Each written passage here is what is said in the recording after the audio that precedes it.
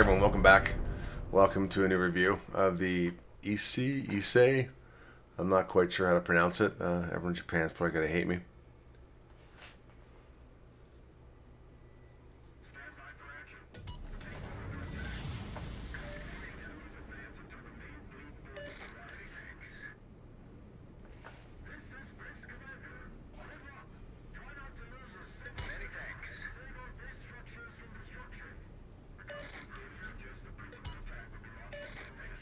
So let's talk about something right off the bat, her armor layout. She's got one weakness I'll talk about in a minute, but the front plating is 26 millimeter, side plating is 32. The stern or the back is 26 and 26. You can actually have battleship and cruising plunging fire, but mainly battleships, and knock out your engine. So you got to be very careful. When you start taking some of the actual upper armor away, you can actually see some of her thicker armor and her citadel.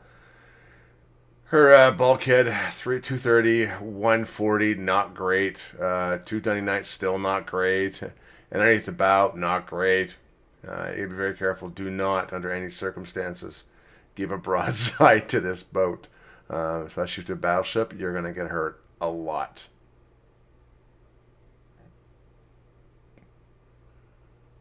But back to the game. The ISE herself was actually a battleship that was designed and built in 1917 and 1918. By the time her and her sister ship, the Hyuga, by the time World War II started, they were both out of date. They were mostly used as admiral ships and capital ships. They weren't really used in battles. However, she did go through a bit of her first, I would say, two sets of modernization. That was back in 34 to 36 and 34 to 35 rather than 37, 1935, 1937. It did improve some parts of the boat, but not great. However, at the beginning of World War II, which was in the Pacific War, which was December 8th for them, her and her sister ship left off to Bonin Islands, and with four other battleships and the light carrier Hosho, that's a distant cover for the fleet attacking aircraft that attacked Pearl Harbor. They did return 6 days later. And on March 42, the ISE and the Hyuga sorted from their anchorage in, don't ask me how to say it, to join the unsuccessful search for the American carrier force that had just finished attacking the Marcus Islands.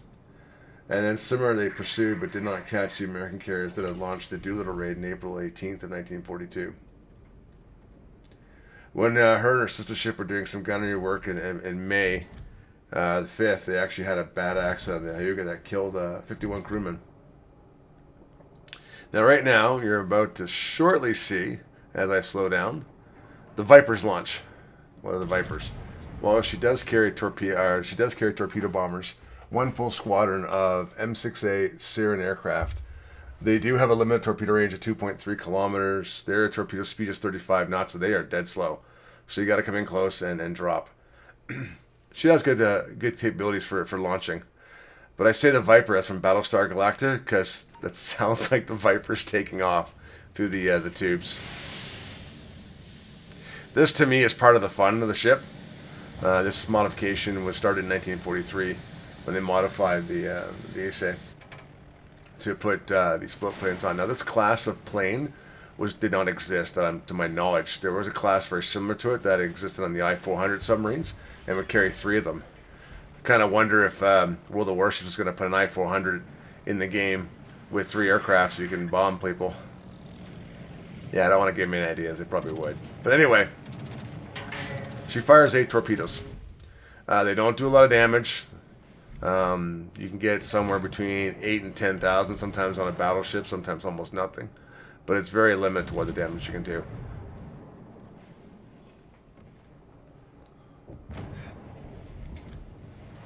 But back to her, she really only really participated in a few battles. But before she got into battles, she actually did return home on June 14th, 1942, after the loss of 4 Japanese fleet carriers out of the 6, basically crippling the Japanese Navy.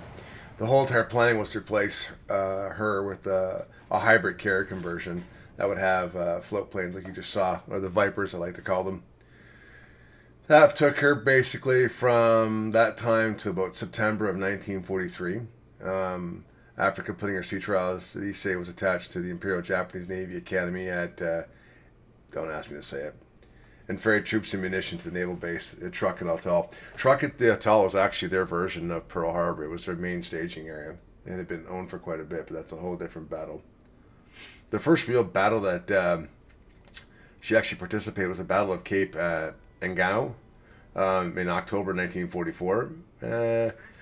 She participated with the fleet carrier Zukaku and the light carriers Zuhu and Chirosi and Chiyoda. Chiyoda and the Chiyosi were actually submarine tenders or seaplane tenders that were actually converted to light carriers or extra carriers. Anyway, it didn't go well. As you know, at this point, they were basically on a retreating process. Even with all the ships they had there and themselves, they really didn't have enough of a whole squadron. They lost so many aircraft and whatnot. Didn't go well for them.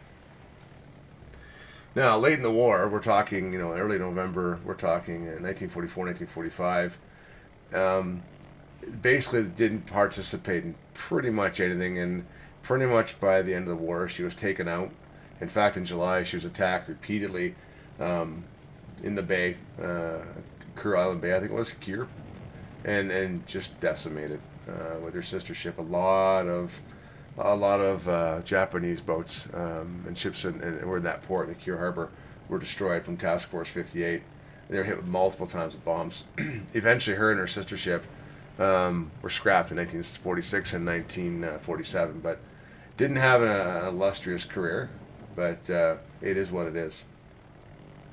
But I will say, overall, she is I like her. She's a fun ship to play. I like the hybrids. They're different. I have not tried the Tone yet, but I do like the ISE.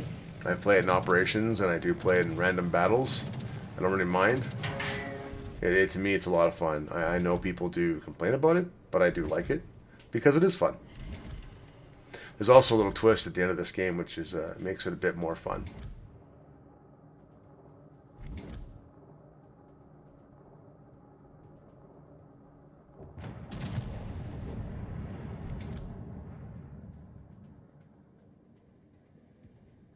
Reconnaissance reporting. Third attack is about to be launched.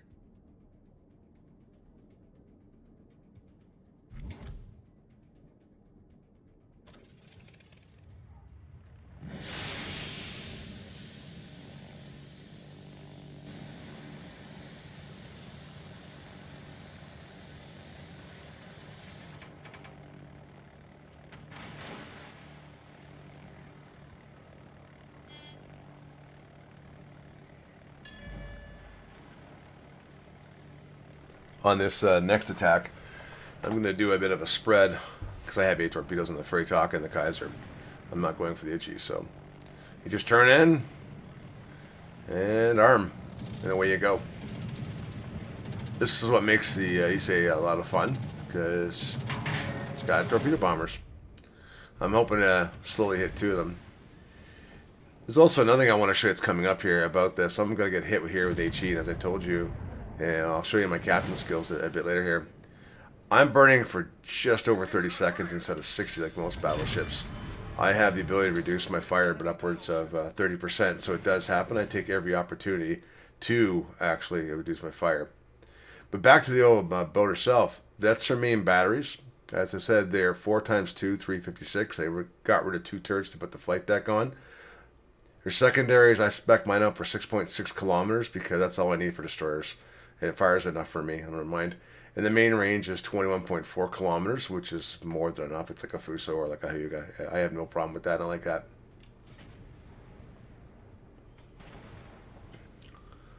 Meanwhile, back in the hunt, I am going to do my best to steal kill. But I don't get the shot off, but I don't get the kill. So, I mean, joking aside, we're just trying to kill as much as humanly possible.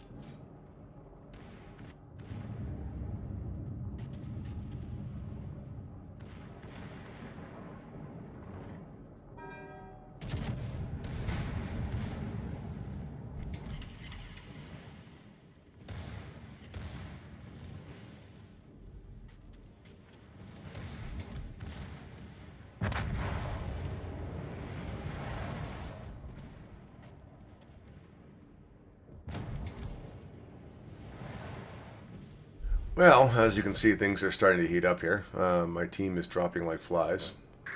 There's only me and Navy Chick left from our actual division. And she's only in a Perth, and she is trying to get back as well. So as we go around the island here, let's take a look at the rest of the ISE and what we have on board. Shall we? AA, yeah, it's wargaming. It's not great, not good, not fantastic. It's just typical wargaming AA. Use your priority sector a lot. Maneuverability is not good. She's with the speed flag 25.7 knots, turning radius 750, and her rudder shift is almost 15 seconds. It is horrible. So don't try to get a turning match with a DD. You'll see what I do to convey against that. I've got her down to 13.8 kilometers. That's the best I can get, even with the captain I have. It's not great, not bad, not good. So, equipment-wise, pretty standard package for me. I take this on the Hyuga, the Fuso. I take main battery armor modification, obviously engine room protection. As I told you, she can be plunged in the back deck. Aiming system modification 1. And I also take the damage control because it reduces my fire, as I showed you earlier, by 15% and my flooding. But be very careful because, like I said, take the rudder one.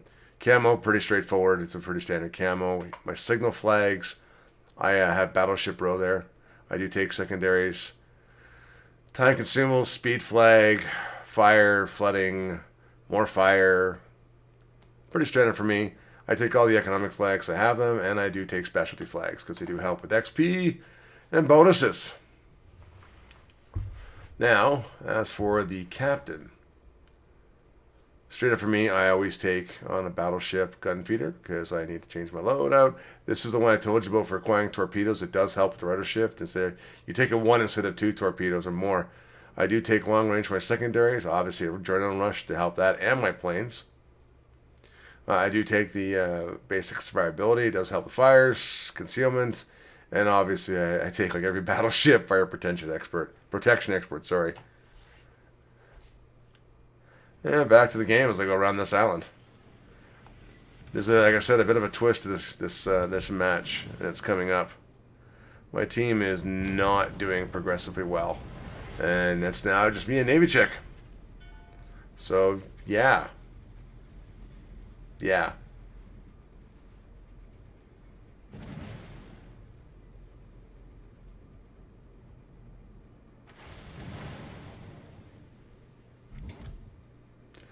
Now, normally, some people might panic in this situation or not like it. I think the game's over.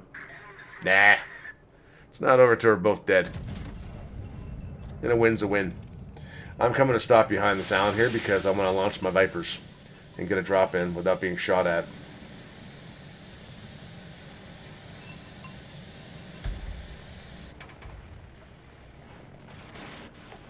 Navy Chick, we're talking in chat. She's taking on destroyers. And I'll go for cruisers and battleships. The DDs are my weakness and her weakness. I mean, the Perth can fire 4.6 kilometers in smoke, so she's got problems. She has to get rid of them. They're the first ones that'll actually have spotting her. So I'm doing my drop on the Oba and seeing what I get.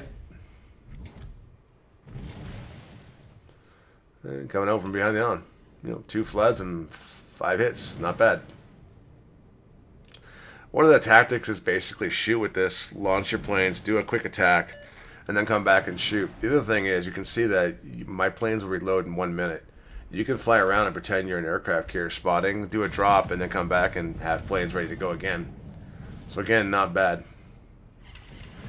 I feel I was robbed in that shot. But again, talking to Navy Chick, doing our things.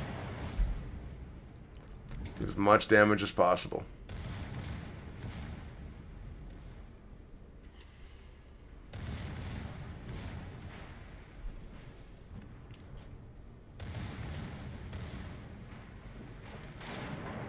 The destroyer is now a threat, so I will shoot her. And again, only 2 hits. Like, really out of 4 guns? But okay. She actually tried to ram the transport ship, the Mariner. I thought it was pretty funny. Now here's the challenge. I can't get more planes up because I'm being chased by a DD. But again, Navy Chick helped me out in shooting. the DD.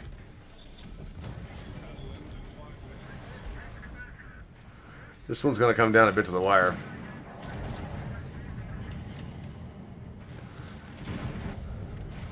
Got her before she could launch her torps. Again, with this boat, it's a good brawling boat. I mean, it's still got 4 battleship guns, 8 turrets. It can do damage. Secondaries light things up without problems. I don't mind it. And the planes are an added bonus. You can also attack with a high rate with the planes, so you can get them up in the air and literally turn back and attack right away. I've done that against destroyers that are trying to chase me while I'm trying to get away. And that should take care of the Nuremberg. Enemy cruiser destroyed. And unfortunately, the Nuremberg did kill Navy chick. So I'm kind of by myself. So we'll go find a battleship and put some torpedoes in. In this case, you really do want to make it as quick as possible. Yeah, being closed in on.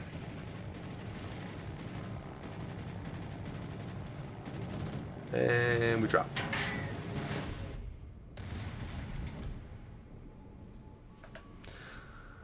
Challenge I have is the Tier 9 Ismo. That's coming around the corner. She can sit down me from any angle she wishes. So we'll just push out and see how that goes.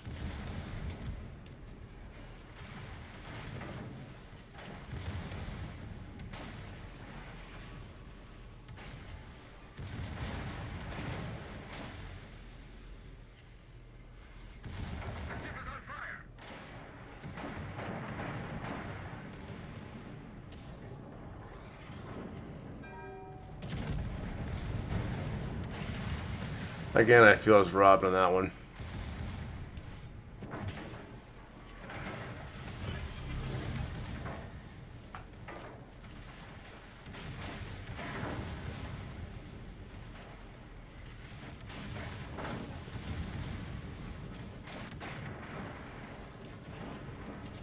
And we target the Baron, and hopefully this one does it. And immediately start turning onto the Izumo Enemy battleship foundered. before she hurts me.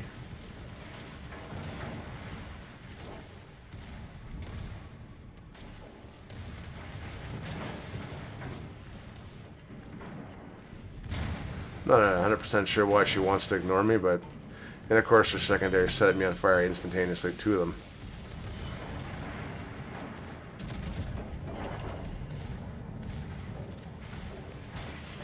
As you notice, I'm getting behind her.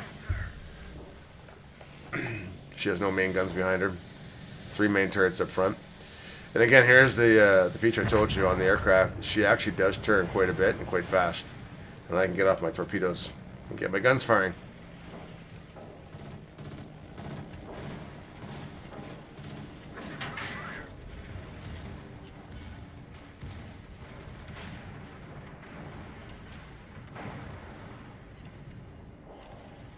It's not bad damage, not great, not bad for tier 6 in my opinion. It's not uncommon, as you can see, I'm already at 174,000 damage. This boat will produce a lot of damage. I think it's a great boat. I think it's fun to play. It's kind of just, it's different. It's not your same old, same old. I haven't tried the submarines, for instance, but I'm sure, you know, when they come and get released here, I'll go in the training room and learn how to play them and see what they're like. But I think you do have to keep the game viable and fun, or it gets stale and boring. And I, of course, am going to get one more shot at this Izumo, and only one.